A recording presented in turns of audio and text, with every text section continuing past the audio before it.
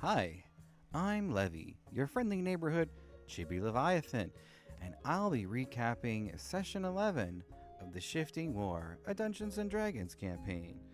When we begin the session, we are all in the town square, where we can see that the mayor is in a box, waiting for his execution.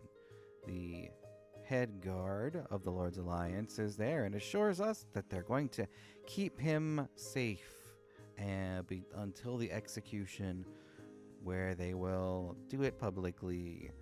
In the meantime, there's a tournament, a celebration that we are allowed to partake in. The Lord's Alliance is throwing. 3 of us decide to partake, and Hush decides she's going to stay, keep an eye on the mayor and the shady characters that she sees around his execution site.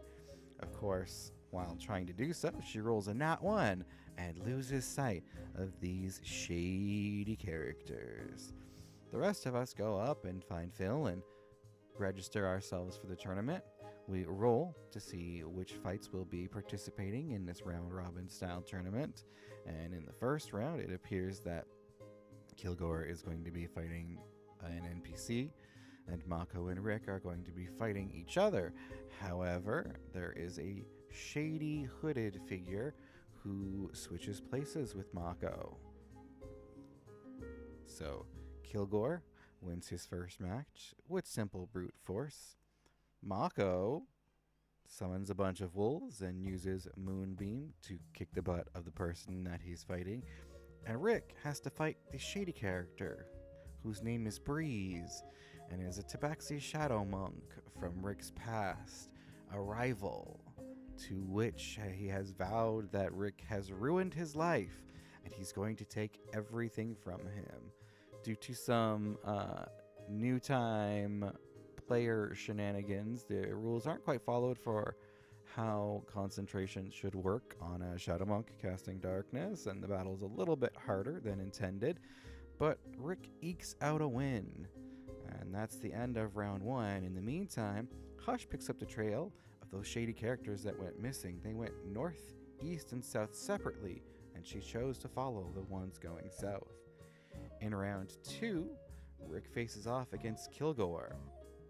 Winning an initiative, he flies 30 feet into the air straight up using his Draconic Wings ability. Kilgore is mad, the crowd boos, and there's some silliness with him throwing javelins, using his heavy crossbow, and time starting to run out on my wings. Unfortunately, not all battle tactics were used properly, and I'm not sure that the savage attacking was done correctly either. Either way, Kilgore wins and moves on to the next round, where he faces Mako. Mako makes a large circle of spikes, summons wolves, and gets beaten faster than he can deal damage to Kilgore, leaving Kilgore in first place, Mako in second, and Rick in third. Captain Gravehelm gives out the prizes. Rick gets a +1 weapon. The rest of the prizes are recorded individually by the other players. There's screaming orders from the center of town, and everyone except Hush rushes to see what's happening.